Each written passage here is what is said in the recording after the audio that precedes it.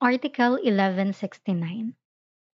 Those obliged to deliver or to do something incur in delay from the time the obligee judicially or extrajudicially demands from them the fulfillment of their obligation. However, the demand by the creditor shall not be necessary in order that delay may exist. When the obligation or the law expressly so declares, or when from the nature and the circumstances of the obligation it appears that the designation of the time when the thing is to be delivered or the service is to be rendered was a controlling motive for the establishment of the contract, or when demand would be useless, as when the obligor has rendered it beyond his power to perform. In reciprocal obligations, neither party incurs in delay if the other does not comply or is not ready to comply in a proper manner with what is incumbent upon him. From the moment one of the parties fulfills his obligation, delay by the other begins. So, dito sa Article 1169, ang main topic is about delay. So, kailan nagkakaroon ng delay? Kailan ba masasabing may delay? May tinatawag tayo na ordinary delay and legal delay.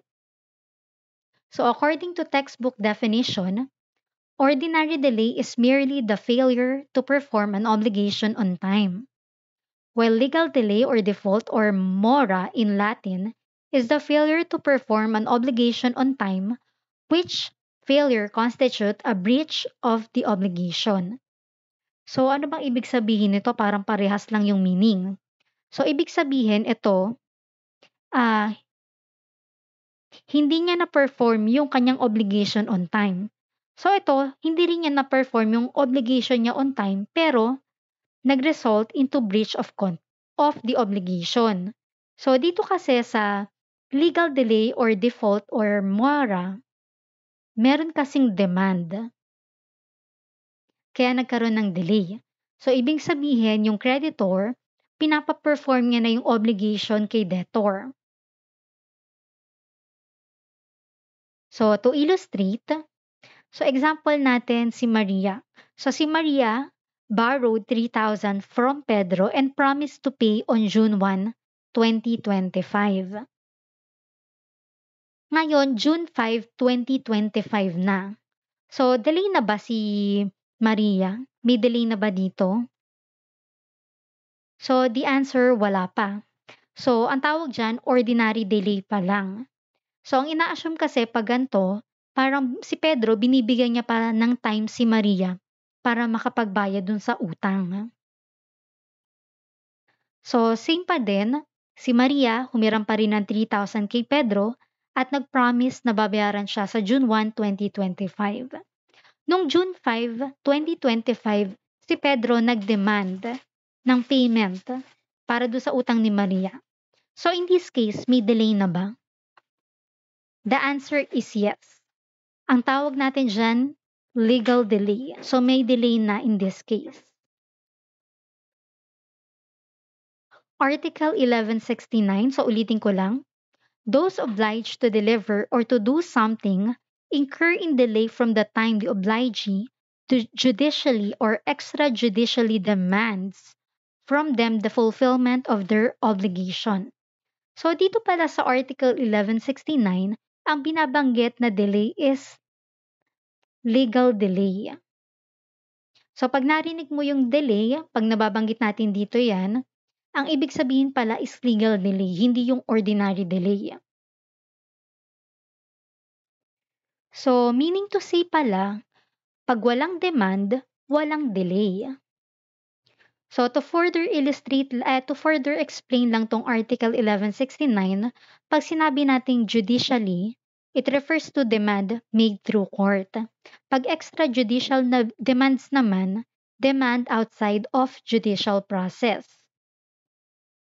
So example natin dito sa judicially, kunwari sinampahan ng kaso. Pag dito naman sa extrajudicially, so nag-send ng demand letter. o kaya nag-demand orally. Kung mapapansin mo dito sa Article 1169, ang binabanggit lang na obligation na magkakaroon ng delay is obligation to give tsaka obligation to do. Kasi kapag obligation not to do, hindi nagkakaroon ng delay. We have three kinds of delay or default. So number one, mora solvendi. So ito, delay on the part of the debtor. Pag mora accipendi naman, delay on the part of the creditor to accept performance of the obligation.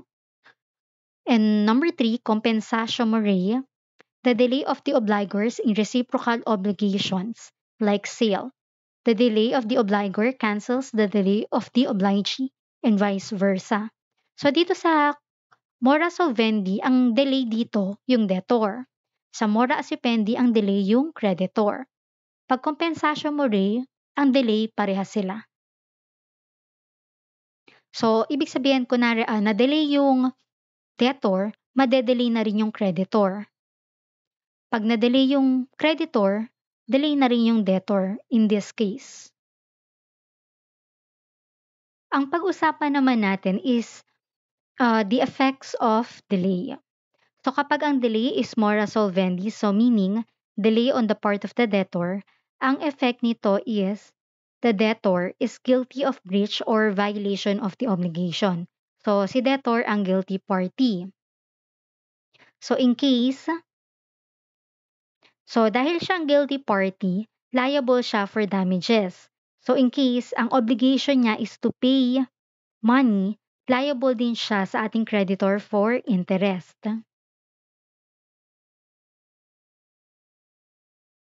So general rule natin kapag ang ibibigay na specific or determinating ay hindi na-preserve ng ating debtor due to fortuitous events, hindi na siya liable. Exception na lang kapag may delay. So, on the part of the debtor. So, he will still be liable for fortuitous event kahit pa determinating ang ibibigay niya.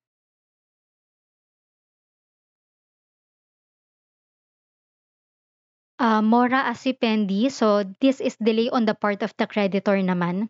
So, ang effect nito is that ang creditor ang guilty of breach of obligation. Siya din ay liable, so siya naman ang magiging liable for damages na masasuffer ng ating debtor. Tsaka, he bears the risk of loss of the thing due. So kapag naman ang obligation is to pay money, ang debtor natin dahil nga ang in-delay dito is yung creditor, hindi na siya liable for interest from the time the creditors delay.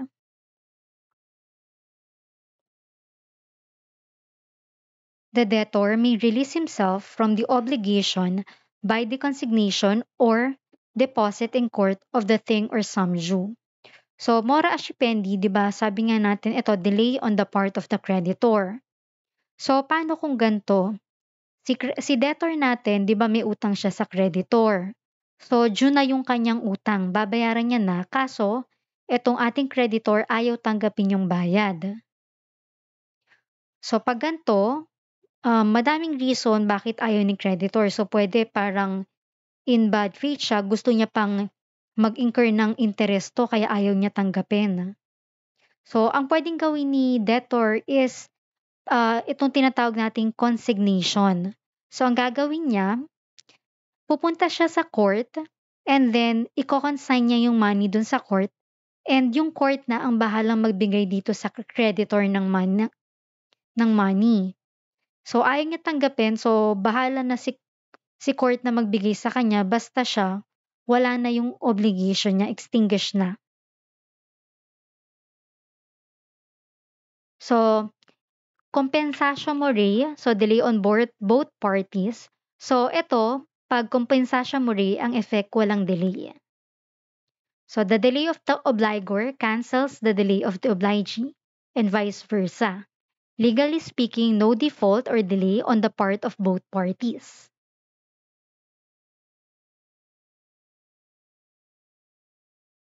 Napag-usapan natin kanina na no demand, no delay. Pero dito sa Article 1169, binanggit dito kung kailan hindi kailangan ng demand para magkaroon ng delay.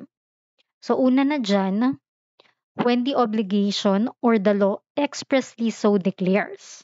So to illustrate, so dun muna tayo sa when the obligation so provide. So we have debtor and creditor. So si D, nag-promise siya to pay C 20,000 on July 30 without the need of any demand.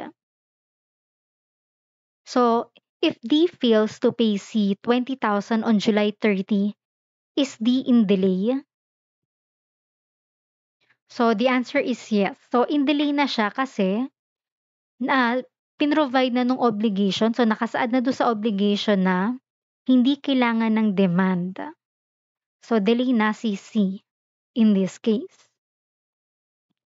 O kaya naman when the law so provides. So example natin is yung paying taxes. So required tayo na magbayad ng tax. Nakasaad sa batas na may penalty kapag hindi nakapagbayad sa due date.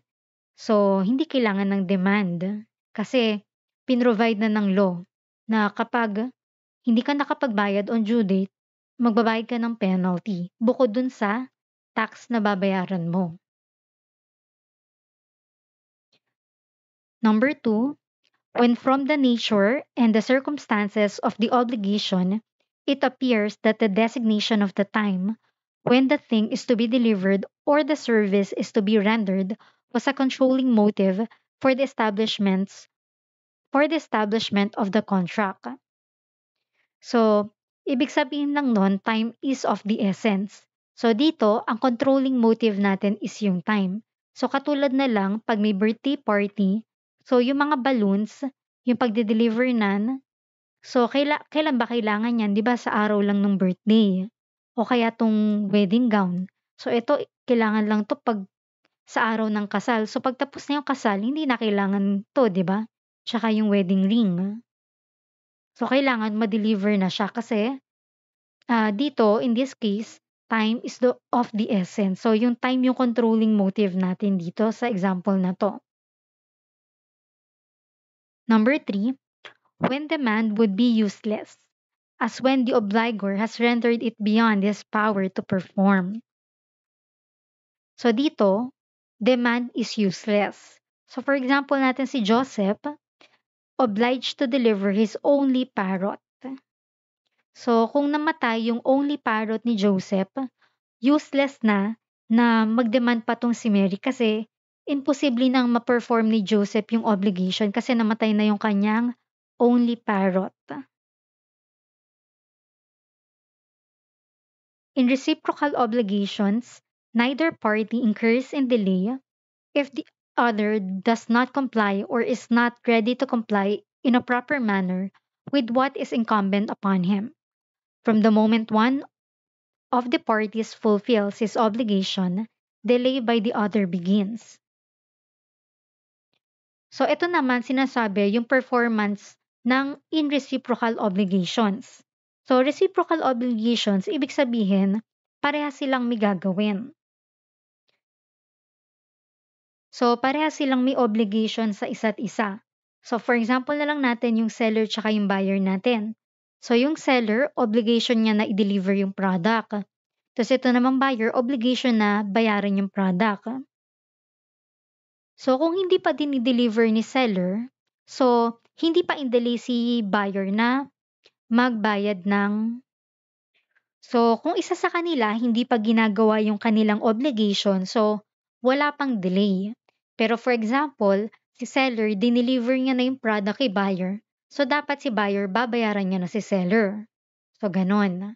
O kaya naman kung nagbayad na si buyer, dapat si seller i-deliver niya na yung product.